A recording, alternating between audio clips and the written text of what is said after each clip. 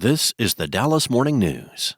Hello, everybody. Welcome into SportsDay Insider presented by the Dallas Morning News. I am Kevin Sherrington, joined by my pals Evan Grant and Calvin Watkins. Calvin's coming in to tell us what is going on with the Cowboys. Are they the team that went down 20-0 against the Eagles, or are they the team that roared back with 24 straight points to win that game? So, Calvin, which is it? Who are they? I don't think we know who they are because they've been so up and down the entire year. That game over Philly was the first time they'd beaten a team with a winning record. It was the first time they had won consecutive games since last December. So, and now here comes the Kansas City Chiefs on Thanksgiving Day with Taylor Swift and Post Malone and Pat Mahomes. And wait a minute, where is Taylor Swift playing on Thursday? I think she's going to be at Texas Live, to be honest with you, and then she's going to catch a golf cart from Texas Live to AT&T. Oh, I thought she was going to be playing wide receiver. The way you lined that one up. Oh no! I like the way he did that. That was good. Post Malone's not playing either, by the way. So anyway, just they're a celebrity team. Although are they still a celebrity team? Are the Chiefs still really good? I mean, what's going on with them, Calvin? If the season ended today, they would not be in the postseason. Defensively, they've been okay. Offensively, they've been up and down. It's interesting that they've been to they've been to the last 6 out of 7 Super Bowls, something like that. They are a perennial title contending team, and here we are in late November, and they might be a wild card team, maybe, and they might need some help to get in the postseason. So, but you still have Pat Mahomes, you still have Andy Reid as the coach, you still have Travis Kelce as the tight end, you still got Chris Jones, the defensive tackle, and you got some weapons. Rashidi Rice is going to be here, and so it's still a good team. But they lost to Jacksonville. I think they lost to Denver, so they've had some tough losses this year. But it just happens. It's sports, right? You're not going to win it every year, and here the Chiefs are. But I think they're 3-point underdog going in this game. So it's interesting. Yeah, it's pretty crazy. I caught you on Newey Scruggs Channel 5 show the other night, Calvin. You look really good on there, by the way. I appreciate that. Thanks, Kevin. Calvin does a great job on his video stuff. I had to tell you, it's kind of remarkable how good it is. Not to say that Calvin couldn't do that kind of thing, but just such a natural at it. Of course, you have a side gig in which you do that kind of thing, right? Yeah, Calvin? I need some side gigs. I got kids in school. I need side gigs.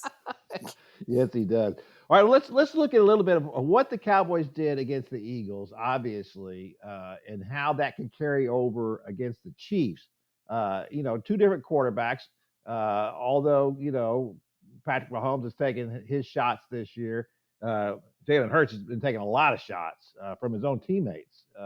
So that's a little different equation there. I'm not going to put Jalen Hurts in the same category with Patrick Mahomes, who's on his way to being a Hall of Famer.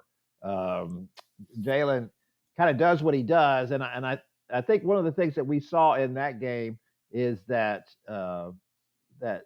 what the complaints have been is that they prepare for something all week long, and then they get in the game, and Jalen goes back and does what Jalen does. He's very conservative. He's very concerned about turning the ball over, which any quarterback should be, but he's not willing to take shots downfield. He's not a great passer. He never has been a great passer. He throws the ball well when he has to. He's efficient. He makes good decisions out there.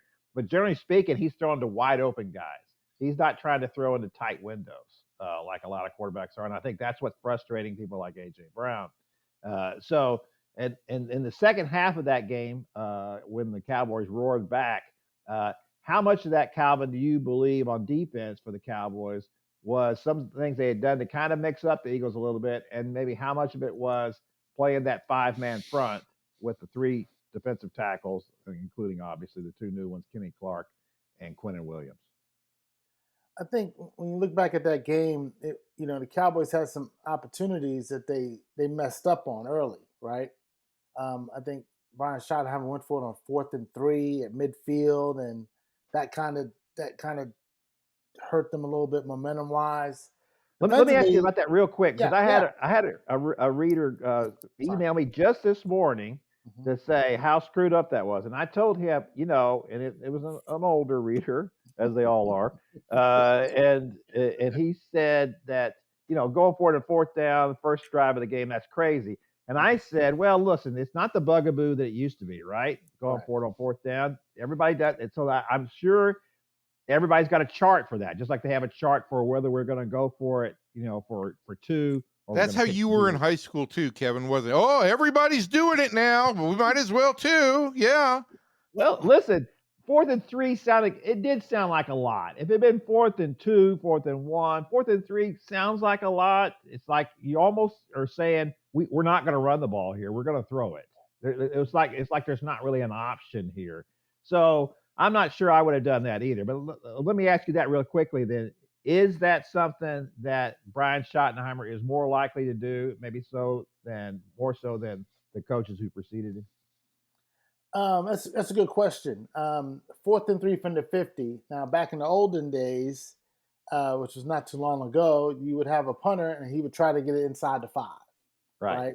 To pin him back. Or you take the delay a game, give you a little bit more space, 5 more yards, and then you try to pin him inside the 10, right? But nowadays, you say it's 4th and 3 from the 50. The field's cut in half if we don't get it, and I trust my defense, right? So I think that was his thought process, and the analytics say to go for it. Now you could say, well, you threw a pass underneath to Javonte Williams, and he had to dive for it, and he didn't get it. And there's an old saying: is if it's 4th and 3, 4th and 4, whatever, you run to the sticks, get past the sticks as a route runner, and then when you catch the ball, at worst, you got the first down. Because you don't want to come up, you don't want to catch it a yard short of the sticks, and now you got to get upfield. So I don't think anybody was open downfield, so Dak went underneath. So and there was another situation later in the game, 1st and goal from the 7. He runs with Williams, he gets like 5 yards, and then he passes for the next 3 plays. And then I asked him after the game, I said, did you think about running the ball a second time? Because you just got 5 yards on 1st and goal. And he goes, yeah, but I got all emotional, and I was like, oh my gosh. So that's who the play. That was the explanation. I got all emotional. Well, he said he got emotional and he understood a second guess. And don't use the word emotional. He got frazzled. Yeah, that's not what you want to hear. Boy, that's not a good answer. Brian Schottenheimer is a very emotional coach, probably more so than we let on. Yes, look, sir. I have a different take on all this. Is it this, right? It's 4th and 3 from the 50 first quarter. Mm-hmm. You've got an uphill battle to turn this season around. You've got coming off of a game that should have given you some momentum, and this is an opportunity to kind of recharge that momentum and basically say, now we're on a roll. Mm-hmm. Now we're really moving. And if it doesn't work, you're still having an uphill battle. I mean, nothing's changed on the other side. So I think in some regards, some of those calls depend on the time of the year and where your season is. Was it maybe an emotional call? Sure. But I think right now, you've got to play with a little bit of emotion, Yeah, I don't have a problem with, I don't think that I would have done it, but I didn't have a problem with it. It was like one of those, to me, it's like a 50-50 call. I don't think that's a big deal. And I don't think that was the problem I was going to have. The problem I was going to have with this team was in the first half, all the mistakes, Calvin, just one after another. And I know Joe Hoyt doesn't believe this, and we brought it up before about giving Kevontae Turpin the ball in the backfield, lining him up at running back. I hate that. Really? I hate it because how much does Kevontae Turpin go? What, about $165? Right? Yeah, and we're going to line him up and now and send him through the tackles. I mean, that's a ridiculous play. When you've got Javonte Williams, who is the best running back they've had since Zeke Williams and Elliott in his prime, what's the point of that? I mean, that's obviously it's a reflection on the fact that Jaden Blue wasn't the running back they thought they were getting. You want to try to get a little change up here and a little burst, and you're going to put Devontae Turpin. Run the jet sweep with him. Do that kind of thing. And that's I will say this. Tom Brady said that during the broadcast. Let him do something he's accustomed to doing, not taking the ball in his stomach. I mean, that couldn't have looked worse. Fell, fumbled without even being touched. I mean, it was the worst play possible. So didn't he have a drop earlier? He had a drop earlier, didn't he? Well, I think he did. Yes, he did have a drop earlier. Well, let's stop. Speaking of drops, how about CeeDee Lamb? Calvin, did anybody get to ask CeeDee Lamb what in the world he was trying to communicate to Dak Prescott when he dropped a ball that hit him in the stomach in the end zone? And then he gets up, instead of saying, my bad, he gets up saying, hey, throw it out here, further out. That wasn't the first time he made some kind of motion to Dak Prescott after he missed a pass. Well, earlier in the game, CD was being a little bit emotional. Yeah, he was being a lot emotional, and so that brings up my next question for you, because I'm short circuiting all this stuff. I'm sorry, Calvin.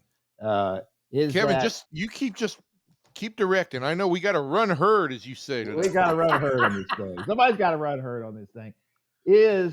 All right? You got George Pickens, who was spectacular in that game, as he has been pretty much all season. I'm going to go out on a limb here and say that he is the most talented. I'm not saying he's the best, but he is the most talented wide receiver I have seen since I have been in Dallas in 1985. And he might be more talented than the guys who came before that. Bob Hayes was really fast, but that was basically all Bob had going for it. Drew Pearson was really good, but George Pickens is bigger than those guys. He's probably just as fast as those guys. He's got great hands, great body control. That catch he made where he went up, and there's two guys on top of him, and he goes up over them and makes that and pulls it in. That was like, a 40-yard catch, something like that. Was phenomenal. And he's done nothing but deliver since he's been here. I think, personally, this is contributing to perhaps CeeDee Lamb's emotional state during the games, that this guy has become a force. And CeeDee Lamb is a really good wide receiver. I'm not taking anything away from him, but I think that George Pickens is better.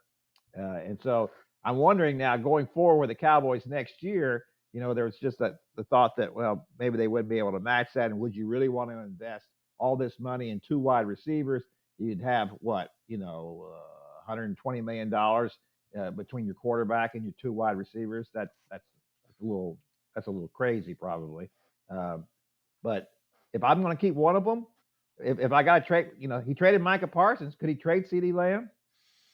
Yeah, you could do that. The problem with, first of all, before I get to this, you should pay George Pickens, right? Pay him. But you got to keep CeeDee Lamb. The problem with getting rid of CeeDee Lamb is George Pickens, because he missed the team bus to Las Vegas. Excellent point. He's missed some team meetings, and he can be a little temperamental as well. But as Michael Irvin told me a long time ago, wide receivers are needy people. They need a play caller to call a play for them. They need the defense to be a certain way, and they need a quarterback to throw the ball to them. So when you're a needy player, you will have these emotional outbursts. This is why I was always kind of a spiritual wide receiver. Yeah, I can imagine you as a wide receiver. That was. I think I got to stop before you go any further. I just got to stop you. I mean, you can go right on, but I have to say this.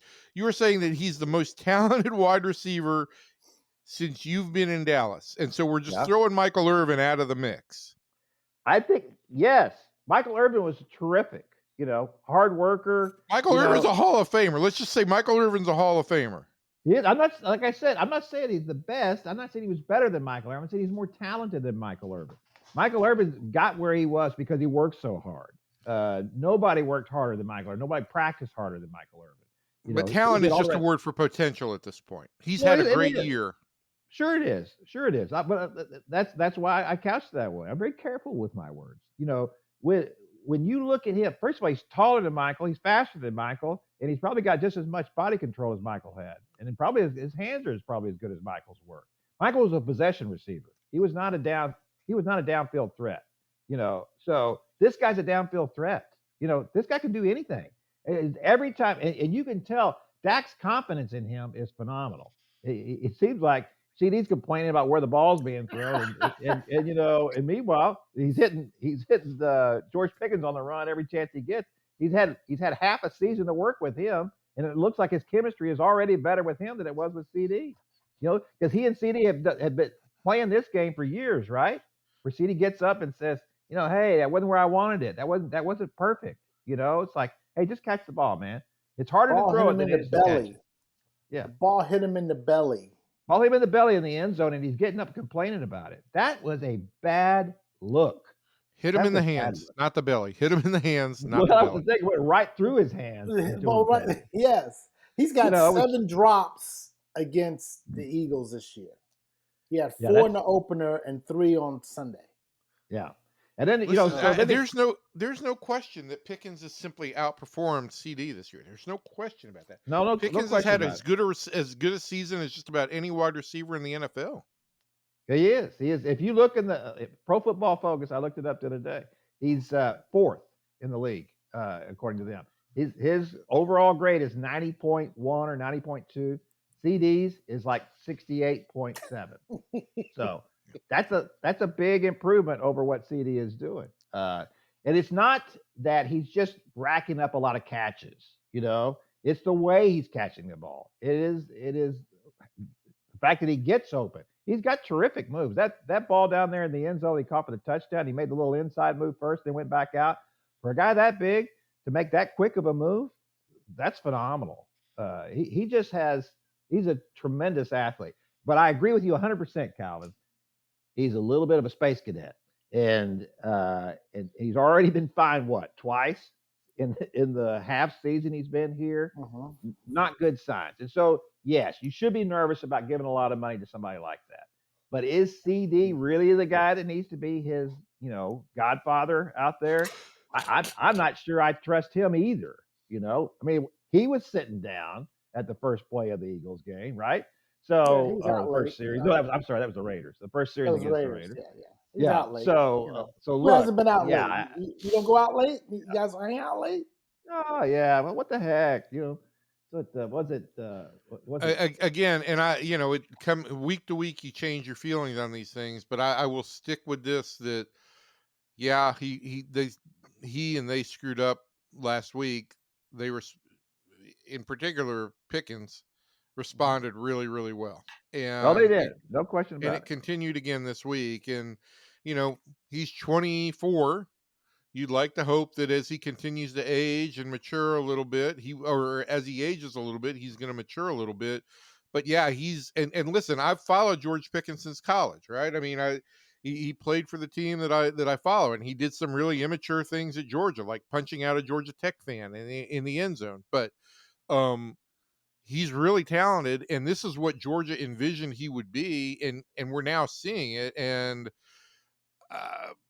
he's changed my opinion on this move. And I think 2 weeks ago I was agreeing with Tim that, hey, they got a lot out of what they did with signing George Pickens, and maybe they need to trade him. And I'm now kind of moving towards the camp of, if you got to pick one of these two guys to go forward with, I'm probably picking George Pickens.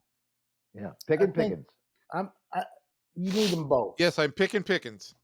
You need. I had this argument with Brad Sham. Oh no, an argument, Brad Sham? Yeah, well, not an argument, like a discussion. Like, okay, don't argue with Brad. He's a nice man. No, he is. It wasn't an argument. I'm sorry, it was a discussion. And I said, I can't pay him. Pickens. I said, I'm not paying him. I'll franchise him. If he doesn't sign it, I'm gonna trade his behind and get me a second round pick back. And Brad was like, I feel you, and I feel the same way. But to Kevin's point, he's so talented. And my problem with the Cowboys, of what they've done this season, is you don't trade away talent. You don't trade Micah Parsons. I remember when they traded Amari Cooper, and I said, you don't trade Amari Cooper because that's talent, right? When you get talented players, you work it out with them somehow. So what, he's overweight. Just, okay, it's okay. He's putting up 40. So what, he misses a team bus, which I didn't like, but he's going to get 100 yards receiving. So you try to figure it out, and until you say, we can't figure this out anymore, and you let him go, which is what the Steelers did. And now Pickens has got more receiving yards than the whole group over there in Pittsburgh, and they got a Hall of Fame quarterback over there that's past his prime. So they got the ghost of a Hall of Fame they got the quarterback. ghost. Yes, sir. They have the ghost. Yeah, that's the right. ghost of Christmas past. Yes. Well, you're right, Calvin. It is a conundrum a little bit, but when a guy can play like that, you got to try. Listen. It seems like Brian Schottenheimer is doing a good job of riding herd on him. I mean, by sitting those guys down at the first game, he sent a message, right? Of course, it's just against the Raiders, but that's the kind of message that Jimmy Johnson sent too. He never sent any messages with anybody who's really good, or he never really put himself in compromise his position when he was sending messages. And that's You've been watching Lonesome Dove or something. What is with riding herd today? Well, look, he's just riding herd. Yeah. So anyway, all right. Well, all right. Here's what I want to do right now before we get out. Let's talk about who we're picking to win, because Calvin, you told Newey you weren't sure yet, but I've already got my pick in, and I'm saying that the Cowboys will beat the Chiefs. Chiefs are struggling. Cowboys playing at home. They're playing well. I don't feel good about it, but I said 24-21. What do you say?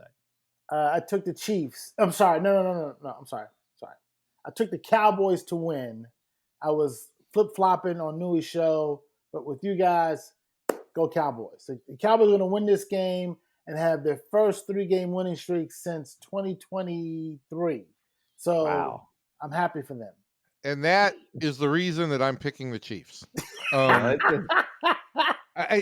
listen, the Cowboys team has made much more of a believer out of me in the last 2 weeks, but I do think that this team hasn't won 3 in a row in a long time. I think it's hard to win 3 in a row. I think it's hard to do it. Obviously with the short week being one of them. I think this team has really gotten to the verge of being able to turn this season around, and they probably can't afford much more than one more loss. But I feel like it comes this week, and then maybe they rebound after that. And if they win this week, I think I basically am saying, all right, I'm pushing all in on the Cowboys. They have turned the season around. They've made the most out of what they've got. I just have a hard time yet believing that this team is on a complete roll. So if they win, Evan's got on going to the Super Bowl. Okay. All right. If they win, I'm jumping on the bandwagon, baby. You'll see me in the locker room Thursday on top of a table yelling, "How about them boys?" Yeah. Okay. That's nice. All right. That's going to do it for the Cowboys segment of our podcast. And we're going to move on now and talk about some big moves with the Rangers. And then it's a big week in college football as well. Thank you, Calvin. Thanks, guys. Bye, Calvin. Bye-bye. Happy Thanksgiving. Happy Thanksgiving. All right. So the Rangers made some big news over the weekend. I guess that was Sunday night or sometime Sunday when they announced the trade of Marcus Semien to the New York Mets for Brandon Nimmo. Kind of a salary swap there. The Rangers did make some savings there, $5 million a year on the deal outright, and apparently the Mets sent along a little money, maybe for later on in the contract because. No. That's not the way it works. The Rangers get $5 million up front, so they save $6 million on the salary in 2026, plus $5 million. So in the short term, they save $11 million. In the long term, they're out more money than they had committed to Semien. So for the short-term pinch that the Rangers are in, this actually helps them significantly. I mean, I'm really surprised that they were able to get an everyday player and save this much money in the short term. I think on that level, it goes down as a really good deal. Now, in the long term, are you overpaying a little bit for Nimmo? Yeah, but I still think that in both of these cases, you're likely to have to write off 1 or 2 years regardless on these guys. And so it's kind of, you're throwing away money at the back end anyway. It doesn't really matter. Well, yes, that's a great point. But the thing too is he's 3 years younger than Marcus, right? So yes, if you've got 3 years younger, 5 years, 5 years from now, he's going to be 37. Marcus is already 35. So you're actually going to only be at what? They'll be about the same age when this thing is over. So when the end of the contract is over. So Yeah, I don't know much about Brandon Nimmo, or I didn't know much about him. I knew he was a good player, but that was really all I knew. I don't follow the National League that closely anymore, and so didn't see him every day. Was shocked to see that Mets fans absolutely love him, and they're apoplectic about this trade. They don't like it. And B, sitting through that little presser for which lasted about 45 minutes or so, and I think about 6 questions got asked, and he did all the talking. And he can talk, but he is very pleasant, very energetic. When you look at it on the face of it, I mean, here's a guy who built a house in Port St. Lucie where the Mets train, and just finished it. He built it so they could, if it's an entertaining house or entertainment type house is what he called it, so that they could have team parties there because he's big on team camaraderie and all of that. His parents moved to Port St. Lucie. They live there too. So you would Well, now, think, no offense to Cheyenne, Wyoming, but it gets cold there. well, I know. I get the fact they moved, but the thing is now it's like everybody centered their lives around Port St. Lucie and the Mets. He was thinking he was going to be a Met for life. That's what he was really there thought. for 14 years in that organization. And Yeah, and he that's a signed long that time. long-term contract.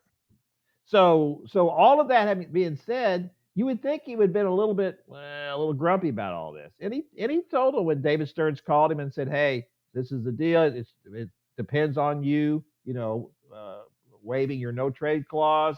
And he said, "Well, give me a little time to think about it." And he went through this whole long explanation about how the next day was their daughter's first birthday.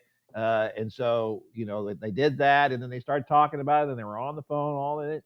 But you would have thought he looked more excited to play for the Rangers than pretty much anybody who was on the Rangers roster last season.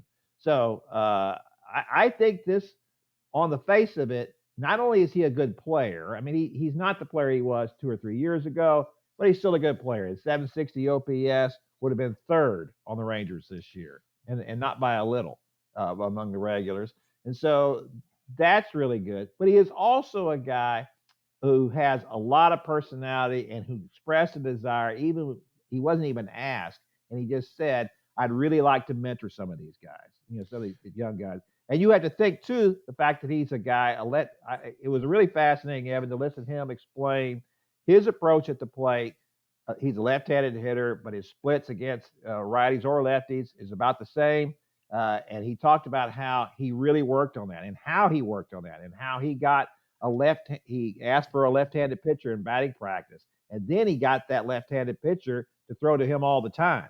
And he told him, I don't want you just throwing fastballs to me, or not fastballs, just fat pitches to me in batting practice. I want you to try to make me look bad. I want you to throw cutters. I want you to throw curveballs. I want you to throw two-seam fastball. I want you to throw all these different things and make me better. And all I could think of at that moment was, well, this is the best thing that could ever happen to Evan Carter, right?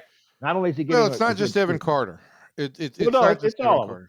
Carter. But for me, it starts with that because they're outfielders. They're both, he's a guy that can be looked at to mentor Evan a little bit and certainly help Evan with his struggles against lefties. This is the guy who came up with a practical plan to do that. And I don't know what kind of plan the Rangers have instigated before with Evan Carter, but this seems to be one that could work. And okay, so go ahead.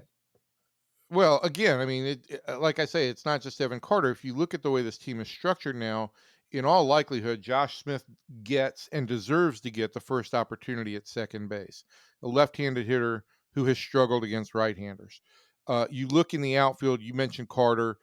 I don't know exactly what role Alejandro Osuna is going to have next year, but I imagine that before the end of the year, he's going to play significant amount of time for the Rangers, another left-handed hitter. So when you factor in a well thought out approach to solving lefties with the desire to be a mentor, or to at least be conscious of being a mentor.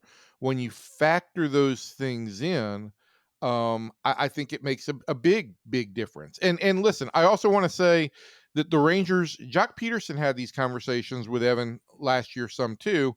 Jock got off to a really poor start, and I think that he lost a little bit of ability to impart his voice because of that, and then Evan got hurt. But I do think that, listen, you've got some veteran left-handed hitters there, and you've got some young lefties that will benefit from having those kinds of guys on around them.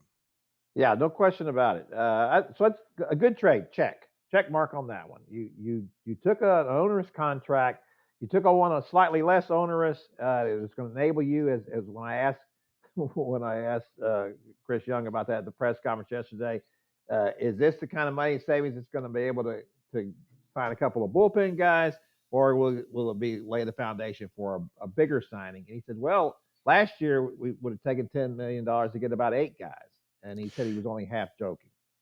Yeah, and I hope he is only about half joking, because look, you cannot bet on building an entire bullpen on $10 million every year. The Rangers relievers outperformed last year, and I still think that is the number one priority for them going forward, is to rebuild this bullpen, and I do think they're going to have to invest some money in it. But when you look at the checklist, you talk about the checklist element, right? This is a good baseball trade for 2026. The Rangers needed outfield help. They had an ability to plug and play at second base with Smith and maybe a Smith-Duran platoon. So that's a good baseball trade. It's a good financial trade because it frees up $11 million for 2026 that, as you just mentioned, can go into the next part of the checklist, which is reinforcing and rebuilding the bullpen. And I think what we just talked about is the whole reshaping of the culture in the clubhouse that starts with adding a peer age player in Travis Jankowski to the coaching staff, in moving on from Jonah Heim, whose body language was odorous, I think, to many people, and bringing in this guy who wants to help young players. You take all those elements in, and you've hit on a bunch of the different check marks on your checklist. Now you've got to take the next step, which is still challenging, which is go find those bullpen pieces, go find another catcher in a very thin catching market at a very thin position. And those are still all challenges that the Rangers have. But over the last week, dating back to the end of the winter of the GM meetings when they named Jankowski and finished out the coaching staff, I think this club has taken really significant steps to in positive direction towards all the challenges that they have to meet for 2026. And all of that said, Kevin, a lot is still going to have to go right with that limited payroll for them to go out in 2026 and win. Yeah, I got to tell you, I'm down with this trade, and I think these things are moving in the right direction for whatever that budget is. We still don't know what the number is, and I don't even think Chris knows exactly what the number is. He said it hadn't been, calculated, I guess, to the nth degree here. But for me, you can't go into the season with Josh Smith and Zeke Duran as your platoon at second base. I just, I think you're wrong. Well, I think I'm right. I think you need to go in with a real second base, and Josh Smith needs to be a utility guy. That's what he is. He's really good at that, and let's let him be that instead of making him into an everyday player. We've seen what happens to him. He flames out after about 135 games. You are very excited about the possibility of signing Luis Arias, and you just can't afford that. You just absolutely can't afford that with that money. And so is it ideal if Smith is your utility guy? Yes, it is ideal. Does he deserve the opportunity to show that he can play second base? Yeah, I think he deserves that opportunity. And I think with your financial constraints, that's the one place where you've got to say, we've got to try and make a platoon situation work. Well, then here's what has to happen. You got to go to Josh Smith and say, you know what? I know you're not a big guy, but there's been I don't know, 5,000 guys your size who played in the big leagues and who can play a full season, 150 games, and not just run out of gas in August. 100%. 100%. That message has to be delivered to him. The second half swoon has got to be addressed this offseason. He cannot afford to do that. That's what keeps him from being an everyday player. Look, his numbers in the first half the last 2 years have been better than average, right? They're better Sure. than average second base, Sure. but you can't fall off the planet in the second half.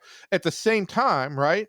What have the Rangers dealt with Marcus in the first half? Really, most of the 4 years he was here, absolutely no contributions whatsoever in April and May.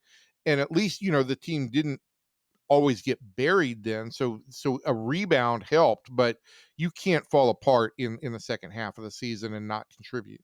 Let's say one thing about Marcus on his way out the door. Not always a great guy to deal with, although that's pretty much runs through the clubhouse. I'm not in any way implying he's a bad guy. Not a bad guy. A really hard worker. He's been a really good player. You can't overlook the defense. Even in a bad season for Marcus, he's still putting up 3 and 4 WAR. I mean, and in his prime in 23, he put up 7. So he was a great player for the Rangers. They would not have gotten to the World Series without him. You can make the case that in 23 he was their best player over the course of the season. Not in the playoffs, of course, but he was during the regular season. You had to get to the playoffs first. So kudos to him for that. One last thing on this Rangers thing I want to say too, and just talking about Josh Smith, and you mentioned this as well, is that this is where Brandon Nimmo can help with him as well. Nimmo talked about how, he said, early in my career, I had a lot of injuries. And what I did was I looked at everything I possibly could to make sure that I'm doing everything on my part to make sure I'm healthy, I'm eating the right things, that I'm exercising the right way, I'm training the right way.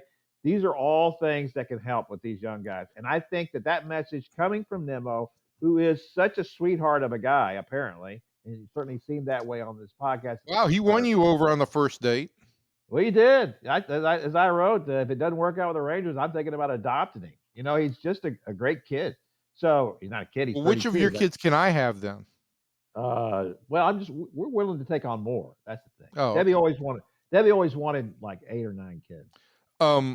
All agreed there, Yeah. 100%. And I do think that, it goes back to something that Skip Schumacher said in his introductory press conference, and we can all always kind of chalk some of this stuff up to the eyewash stuff of slogans and everything. But that CAPE thing, communication and alignment. So you communicate to Josh Smith what works and what worked for him, and let's self-identify what works for you, and then you get in alignment on how to do that, and then you prepare, and then it comes down to execution. So I think that all works very much hand in hand with the way Skip Schumacher wants to approach this team. Absolutely. All right, that's going to do it for the Rangers segment of our podcast. We're going to move over and talk about the colleges.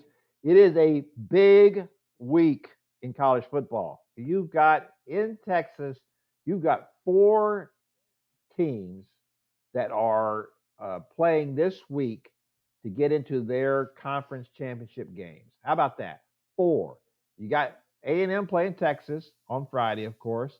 The Aggies are undefeated. If they win, they're in. That's it. There's still a possibility if they don't win that they can be in the conference championship game, I think. But it's one of those really complicated things that drives me crazy. Win and they're in. You've got SMU in the ACC. They beat Cal, they're in. And then I don't think there's a way for them to get in if they don't win. Then we've got Texas Tech, Big 12. They're win and they're in. They're the best team. They're another team that could probably get in without winning, but they're playing West Virginia. You don't beat West Virginia in your last game of the regular season, you don't deserve to be in your championship game. And then North Texas, of course, will be playing Friday against Temple. That is another game. If they win, they're in. And if they win that game, and then they would be playing Tulane in their conference championship game, probably. Then there's a decision to be made for the committee about whether who do they want then. If they win, that whoever wins that game. I'm thinking that the UNT is a better team than Temple, and they're a better team than Tulane. Certainly much better offensively. They got more firepower. I've heard people say that they think that Tulane might have a better defense. I don't know about that. North Texas defense has played really well this year. Their takeaway rate is phenomenal. So it leads FBS. So they played great. So this is a big weekend, Evan. So tell me in this breakdown here, who do you think wins these games? Let's start with Texas and A&M. Who wins that game? Well, I guess Arch Manning had his best game, right, last week against Arkansas. 6 touchdowns, 4 Um, throwing, 1 running, and 1 catching, and a pretty good catch too. yeah, I'm gonna go with A&M. Yeah, I'm going with A&M too. They're just a better team. They're a better team, and their defense is good. And I just, yeah, I think A&M wins that and advances to the championship game. I guess against Alabama, unless somehow Alabama loses to Auburn. Which is possible. I think Possible, Auburn, but not likely. not likely. Auburn, if you look at Auburn's schedule and their losses, they're all. It's not like, oh my gosh, that's a terrible loss. You know, that a lot of those games were close. They play better than you think, and of course, that's a huge rivalry game. I guess we could ask the question, or we should ask the question, of those two rivalry games that we playing this week, A&M and Texas, and Auburn and Alabama. Which one do you think is a bigger rivalry? A bigger rivalry? Yeah. I think historically Auburn, Alabama is just because of their place in college football history. At this point in time, because the Auburn program has been down for a number of years, maybe I'll go with the home cooking and go A&M Texas at this point. Well, well, both of those teams are better, right? Auburn's not very good. Texas has been pretty good. A&M's been very good. So yeah, that's a better game right now. I've always my feeling about A&M Texas rivalry has always been it matters a lot more to the Aggies than it does to the Longhorns. Oh, that's 100% right. Texas's big game is Oklahoma. Yeah, that's their number one rival is Oklahoma. That's the game they get up for, and part of it's because Texas just dominated A&M in the rivalry for so long, and then in the '80s, the Aggies turned that around and they took control. But then over the years since then, when excuse me, it's been a little bit more. It's been even. It's been close to 500 since then. So, It's a good day. Friday's a good day of football with Georgia Tech in the afternoon and Texas yeah. A&M at night. But yeah, I'm not ruling out the possibility that Georgia Tech beats Georgia. Haynes King can be a problem. But Georgia Tech really shot itself in the foot last week against Pitt. Oh my gosh. Had Couldn't believe every that opportunity to kind of take control of the ACC. Fell behind early and then really shot itself in the foot with a couple of mistakes late. The 99-yard or 100-yard pick six was just inexcusable. So yeah, there's no question that that Georgia Tech has made problems for itself. Still, though, King is a very gritty, gutty kid. A very emotional player. He's the kind of guy that can take some risk and get you in trouble, but he can also make some plays and a really inspired play. So Marcel Reed, better quarterback than Haynes King. That's a great question because especially since Haynes King could still be playing at A&M. Right, that's my point. I think I watched Marcel Reed play, and I wish he would calm his feet down a little bit. He's really got that quick twitch to him, and as a runner, he is terrific. He's the running quarterbacks in this state. It's between him and Kevin Jennings, who's the best one. But they're both really good. And Marcel Reed has some great receivers, in Casey Concepcion, Mario Craver. So they got big time weapons, and they got a good running game as well. That's what I like about A&M better than Texas. They're just better all around. They're very well balanced. They can do a little bit of everything to you. And so I think on a normal day, they've been the better team. That's not to say that they for sure will win this game, though. It's in Austin. That'll be a big crowd. It's a big game, and Texas has played the tougher schedule. Texas has played the tougher schedule. There's no doubt about that, and that might be the biggest challenge. But there has been nothing, Kevin. There's been nothing. Even you scored a bunch of points against Arkansas, but you gave up 40 basic. What did you give up? 38 points against Arkansas. 35. No, it's 31, I think, wasn't it? Yeah, they gave up a lot of points. Oh, you mean to Arkansas? Yeah, absolutely. There's no question that they give up too many points. There's just I, nothing about Texas to me in the way they've performed that makes me say this is a really good football team. They no question should be a about good that. football team, but they're not. They haven't. They're only two road wins are against Kentucky and Mississippi State. That's not impressive. I mean, they struggled to win both those games. Yeah. So they have not been.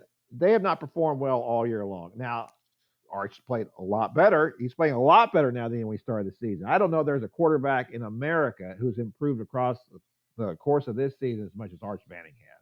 He started out the season, he was awful. And now he's gotten to where he's dangerous. He can do things. And so that has to make Texas feel good. I feel like what's going to happen here, Texas is not going to win this game, and then they'll go to a bowl game, and it'll be a nice offseason. And there's no question about Arch turning pro; he's coming back. And for Steve Sarkisian, there's no question in his mind who his quarterback is. Right. So this is just kind of a bridge year for Texas in a lot of ways to me to what the next thing will happen next year. Then they better be good next year. But I can't wipe it away as just a bridge year. I mean, this is No, a no, I can't. disappointment of a year. No question. They went into season number 1, right? Yeah. But here's the thing. They didn't do enough. They didn't do enough to replenish in the offensive line, at wide receiver, at running back. How is it that Texas doesn't have a dynamic running back? Quintrevian Wisner is a nice back, but he's not a breakaway back. He's not, they don't have he's not a high draft pick. He won't get drafted at all, in my estimation. So No, another running back that I thought should have been another player on that Texas team that I thought should have performed better than he did this year. All right, so what do we got? we got to talk about SMU. Yeah, we got to talk SMU about Cal. Yeah, SMU Cal. Cal's playing better, and so that's not just a walk. But SMU is playing really well. I was out there last week for that game, and they against Louisville, and they just made Louisville look bad. Now, clearly Louisville was not starting its starting quarterback. They had to go with a kid, Deuce Adams, who was the quarterback in high school in front of Drew Mestemaker, who never got to start except on the freshman team at quarterback. He was a safety. And so Drew Mestemaker is like, one of the hottest quarterbacks in college football, certainly among freshman quarterbacks. And Deuce Adams has played a couple of games here and didn't look very good against SMU. But the Mustangs have really improved. I talked about Arch Manning improving over the course of the year as a quarterback. I don't know if there's a defense that's improved over the course of the year like SMU's. They started out the season, they were awful. And they talked about that after the press conference the other day, and not only just the defense, but the team as a whole, and about how they improved. And Jordan Hudson, the wide receiver, talked about how he was happy that Rhett Lashley had given the captains the room to kind of take over, say, you guys are in charge of this, you guys work it out. And that's what they did. And so that's very insightful and a good thing to hear, that a coach is smart enough to know when to let the players take over a situation, because they have, and that defense has improved tremendously over the course. SMU's playing really good football right now. They really are. They have improved tremendously over the course of the season. All I can go back to, I feel so bad for my stepson Nick, who has, I think, battered college football fan syndrome. Grew up a Gator fan, went to Arkansas, got his graduate degree at SMU. And when we talked last week, he was like, "Oh, Cal's the ultimate trap game. Ultimate trap game." I'm like, Nick, come on, man.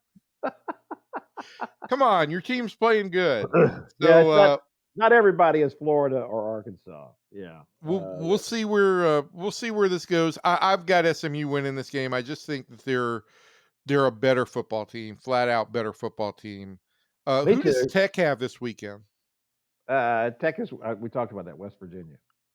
That's right, West Virginia. Yeah, you were at West Virginia. You were riding herd all over Rich Rodriguez in West Virginia, boy. Can't beat West Virginia. You don't deserve anything. That's right. Well, listen, Tech's really good. Tech is sitting right on the cusp of having a first round bye. If A&M stumbles here in this game against Texas, then I wouldn't be surprised at all to see Tech move up into that. A&M or Georgia stumble. Texas Tech is sitting right there to get a first round bye. Yeah. So and they haven't played a great schedule either, but they have killed everybody in front of them except Arizona State.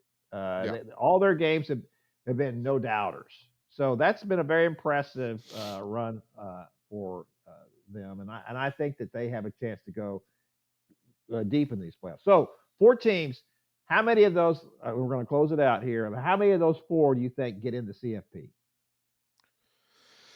I really think that the only question here is like, what is the situation on the group of 5 feel? Is if North Texas wins the AAC, are they in?